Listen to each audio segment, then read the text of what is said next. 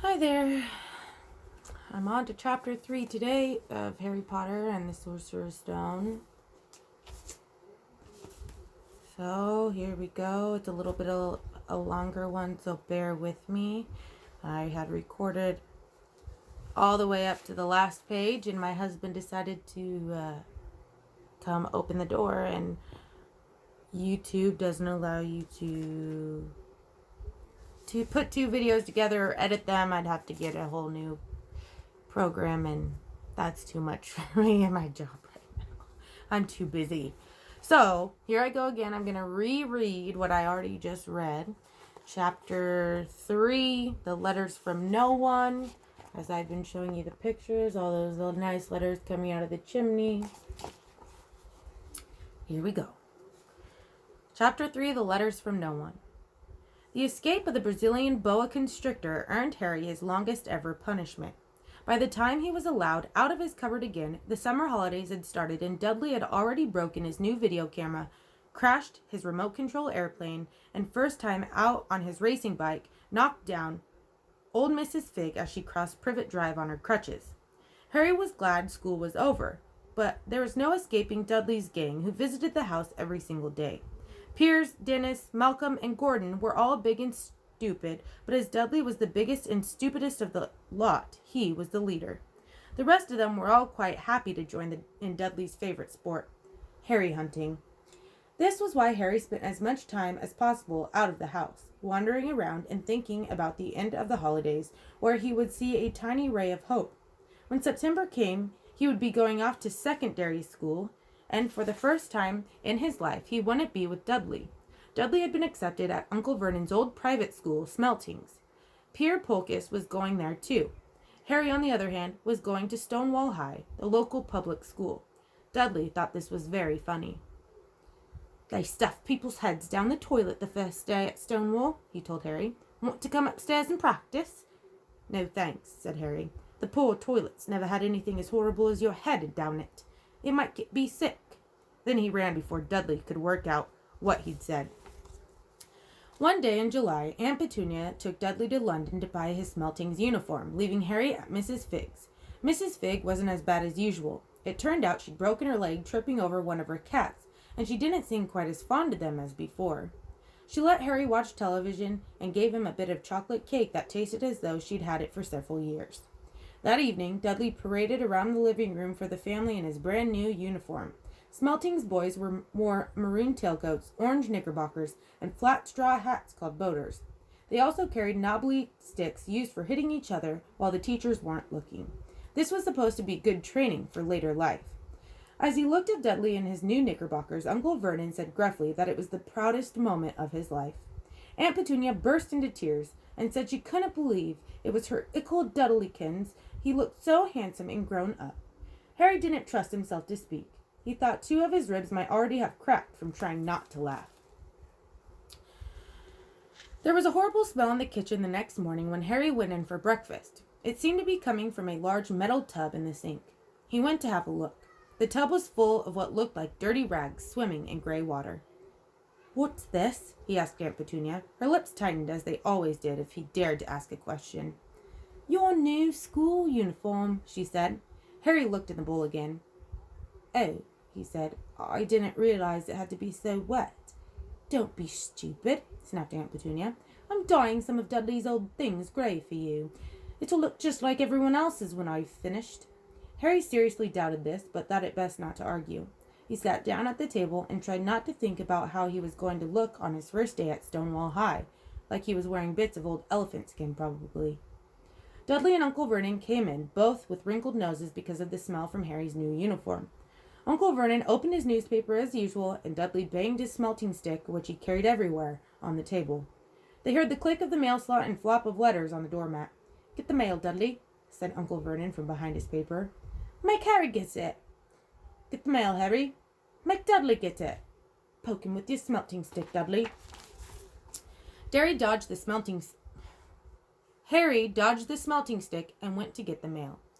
Three things lay on the doormat: a postcard from Uncle Vernon's sister Marge, who was vacationing on the Isle of Wight, a brown envelope that looked like a bill, and a letter for Harry. Harry picked it up and stared at it. his heart twanging like a giant elastic band. No one, ever, in his whole life had written to him. Who would? He had no friends, no other relatives. He didn't belong to the library, so he never even got rude notes asking for books back. Yet here it was, a letter addressed so plainly there could be no mistake. Mr. H. Potter, The Cupboard Under the Stairs, 4 Privet Drive, Little Winging, Surrey. The envelope was thick and heavy, made of yellowish parchment, and the address was written in emerald green ink. There was no stamp. Turning the envelope over, his hand trembling, Harry saw a purple wax seal bearing a coat of arms, a lion, an eagle, a badger, and a snake surrounding a large letter H. "Hurry up, boy!" shouted Uncle Vernon from the kitchen. "What are you doing, checking for letter bombs?" He chuckled at his own joke.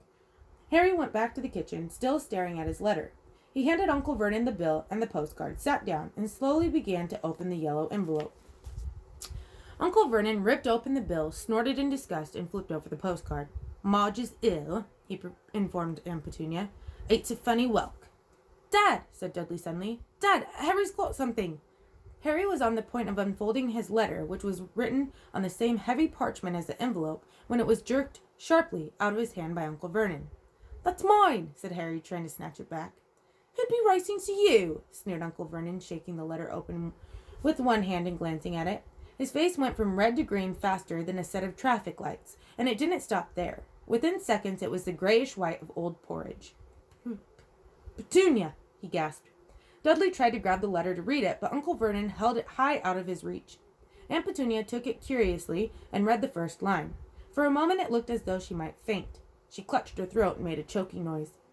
"Vernon! Oh my goodness, Vernon!" They stared at each other, seeming to have forgotten that Harry and Dudley were still in the room. Dudley wasn't used to being ignored. He gave his father a sharp tap on the head with his smelting stick. "I want to read that letter," he said loudly. "I want to read it," said Harry furiously. "As it's mine." "Get out, both of you," croaked Uncle Vernon, stuffing the letter back inside its envelope. Harry didn't move. "I want my letter," he shouted. "Let me see it," demanded Dudley. "Out!" roared Uncle Vernon, and he took both Harry and Dudley by the scruffs of their necks and threw them into the hall, slamming the kitchen door behind them. Harry and Dudley promptly had a furious but silent fight over who would listen at the keyhole. Dudley won, so Harry, his glasses dangling from one ear, lay flat on his stomach to listen at the crack between door and floor. "Vernon," Aunt Petunia was saying in a quivering voice, "look at the address. How could they possibly know where he sleeps? You don't think they're watching the house?" "Watching? Spying? Might be following us," muttered Uncle Vernon wildly. "But what should we do, Vernon? Shall we write back? Tell them we don't want—" Harry could see Uncle Vernon's shiny black shoes pacing up and down the kitchen. "No," he said finally. "No, we'll ignore it. If they don't get an answer. Yes, that's best. We won't do anything." "But I'm not having one in the house, Petunia. Didn't we swear when we took him in we'd stamp out that dangerous nonsense?" That evening, when he got back from work, Uncle Vernon did something he'd never done before. He visited Harry in his cupboard. "Where's my letter?" said Harry the moment Uncle Vernon had squeezed through the door. "Who's writing to me?" "No one. It was addressed to you by mistake," said Uncle Vernon shortly. "I have burned it." "It was not a mistake," said Harry angrily. "It had my cupboard on it." "Silence!" yelled Uncle Vernon, and a couple of spiders fell from the ceiling. He took a few deep breaths and then forced his face into a smile which looked quite painful. Yes, Harry, about this cupboard. Your aunt and I have been thinking. You're really getting a bit big for it.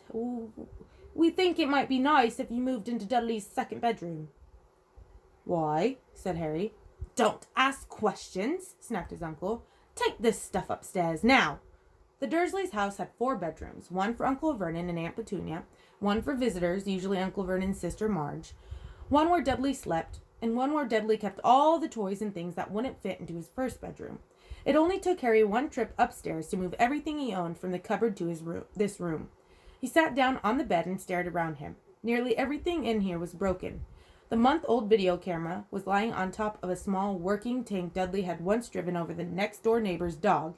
In the corner was Dudley's first ever television set, which he'd put his foot through when his favorite program had been canceled.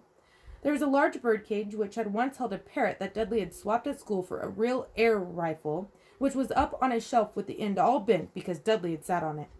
Other shelves were full of books. They were the only things in the room that looked as though they'd never been touched. From downstairs came the sound of Dudley bawling at his mother. "I don't want him in there. I need that room. Make him get out." Harry sighed and stretched out on the bed. Yesterday, he'd have given anything to be up here. Today, he'd rather be in his cupboard with that letter than up here without it. Next morning at breakfast, everyone was rather quiet.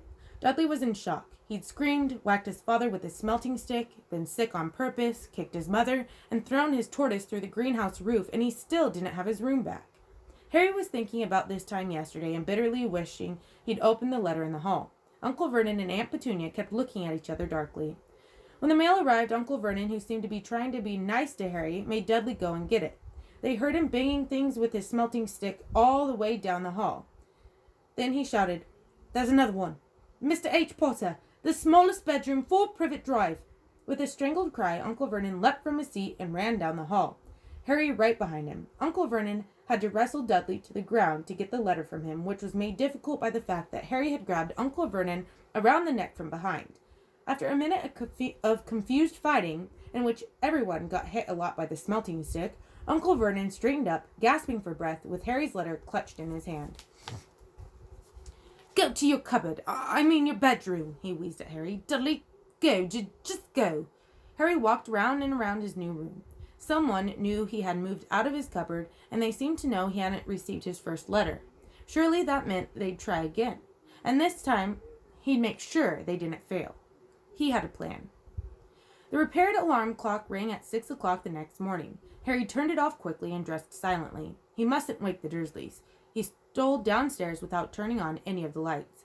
He was going to wait for the postman on the corner of Privet Drive and get the letters for number 4 first. His heart hammered as he crept across the dark hall toward the front door. Arrgh! Harry leapt into the air. He trotted on something big and squashy on the doormat, something alive. Lights clicked on upstairs, and to his horror, Harry realized that the big, squashy something had been his uncle's face. Uncle Vernon had been lying at the foot of the front door in a sleeping bag, clearly making sure that Harry didn't do exactly what he'd been trying to do. He shouted at Harry for about half an hour, and then told him to go and make a cup of tea. Harry shuffled miserably off into the kitchen, and by the time he got back, the mail had arrived, right into Uncle Vernon's lap. Harry could see 3 letters addressed in green ink. "I won't," he began, but Uncle Vernon was tearing the letters into pieces before his eyes. Uncle Vernon didn't go to work that day. He stayed at home and nailed up the mail slot. "See," he explained to Aunt Petunia through a mouthful of nails, "if they can't deliver them, they'll just give up." "I'm not sure that'll work, Vernon." "Oh, these is people's minds work in strange ways, Petunia. They're not like you and me," said Uncle Vernon, trying to knock in a nail with the piece of fruitcake Aunt Petunia had just brought him. On Friday, no less than 12 letters arrived for Harry. As they couldn't go through the mail slot, they had been pushed under the door, slotted through the sides, and a few even forced through the small window in the downstairs bathroom. Uncle Vernon stayed at home again. After burning all the letters, he got out a hammer and nails and boarded up the cracks around the front and back doors so no one could go out. He hummed, "Tiptoe through the tulips," as he worked and jumped at small noises. On Saturday, things began to get out of hand. 24 letters to Harry found their way into the house, rolled up and hidden inside each of the 24 eggs that their very confused milkman had handed Aunt Petunia through the living room window. While Uncle Vernon made furious telephone calls to the post office and the dairy, trying to find someone to complain to, Aunt Petunia shredded the letters in her food processor. "Who on earth wants to talk to you this badly?" Dudley asked Harry in amazement. On Sunday morning, Uncle Vernon sat down at the breakfast table looking tired and rather ill, but happy. "No posts on Sundays," he reminded them cheerfully as he spread marmalade on his newspapers. "No down letters today." Something came whizzing down the kitchen chimney as he spoke and caught him sharply on the back of his head. Next moment, 30 or 40 letters came pelting out of the fireplace like bullets. The Dursleys ducked, but Harry leapt into the air trying to catch one. "Out! Out!" Uncle Vernon seized Harry around the waist and threw him into the hall. When Aunt Petunia and Dudley had run out with their arms over their faces, Uncle Vernon slammed the door shut. They could hear the letters still streaming into the room, bouncing off the walls and floor. "That does it," said Uncle Vernon, trying to speak calmly, but pulling great tufts out of his mustache at the same time. "I want you all back here in 5 minutes, ready to leave. We're going away. Just pack some clothes, no arguments." He looked so dangerous, with half his mustache missing, that no one dared argue. 10 minutes later, they had wrenched their way through the boarded-up doors and were in the car, speeding toward the highway. Dudley was sniffling in the back seat. His father had hit him round the head for holding them up while he tried to pack his television, VCR, and computer in his sports bag. They drove, and they drove. Even Aunt Petunia didn't dare ask where they were going. Every now and then Uncle Vernon would take a sharp turn and drive in the opposite direction for a while. Shake 'em off, he would mutter whenever he did this. They didn't stop to eat or drink all day. By nightfall, Dudley was howling. He'd never had such a bad day in his life. He was hungry, he'd missed 5 television programs he'd wanted to see, and he'd never gone so long without blowing up an alien on his computer. Uncle Vernon stopped at last outside a gloomy-looking hotel on the outskirts of a big city. Dudley and Harry shared a room with twin beds and damp, musty sheets. Dudley snored, but Harry stayed awake, sitting on the windowsill, staring down at the lights of passing cars and wondering. They ate stale cornflakes and cold tinned tomatoes on toast for breakfast the next day. They had just finished when the owner of the hotel came over to their table. "Excuse me, but is one of you Mr. H. Porter? Only I got about 100 of these at the front desk." She held up a letter so they could read the green ink address. "Mr. H. Potter, room 17, Railview Hotel, Cokeworth." Harry made a grab for the letter, but Uncle Vernon knocked his hand out of the way. The woman stared. "I'll take that," said Uncle Vernon, standing up quickly and following her from the dining room. "Wouldn't it be better just to go home, dear?" Aunt Petunia suggested timidly, hours later, but Uncle Vernon didn't seem to hear her. Exactly what he was looking for, none of them knew. He drove them into the middle of a forest, got out, looked around, shook his head, got back in the car, and off they went again. The same thing happened in the middle of a plowed field, halfway across a suspension bridge, and at the top of a multi-level parking garage. "Daddy's gone mad, hasn't he?" Dudley asked Aunt Petunia dully late that afternoon. Uncle Vernon had parked at the coast, locked them all inside the car, and disappeared. It started to rain. Great drops beat on the roof of the car. Dudley sniveled. "It's Monday," he told his mother. "The great Humberto's on tonight. I want to stay somewhere with a television." Monday. This reminded Harry of something. If it was Monday, and you could usually count on Dudley to know the days of the week because of television, then tomorrow, Tuesday, was Harry's 11th birthday. Of course, his birthdays were never exactly fun. Last year, the Dursleys had given him a coat hanger and a pair of Uncle Vernon's old socks. Still, you weren't 11 every day. Uncle Vernon was back and he was smiling.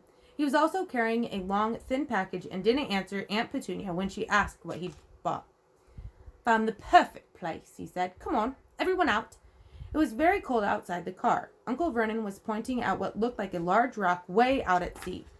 Perched on top of the rock was the most miserable little shack you could imagine.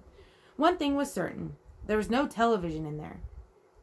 "Storm forecast for tonight," said Uncle Vernon gleefully, clapping his hands together, "and this gentleman's kindly agreed to lend us his boat." A toothless old man came ambling up to them, pointing, with a rather wicked grin, at an old rowboat bobbing in the iron-gray water below them. "I've already got us some rations," said Uncle Vernon, "so all aboard." It was freezing in the boat. Icy sea spray and rain crept down their necks and a chilly wind whipped their faces.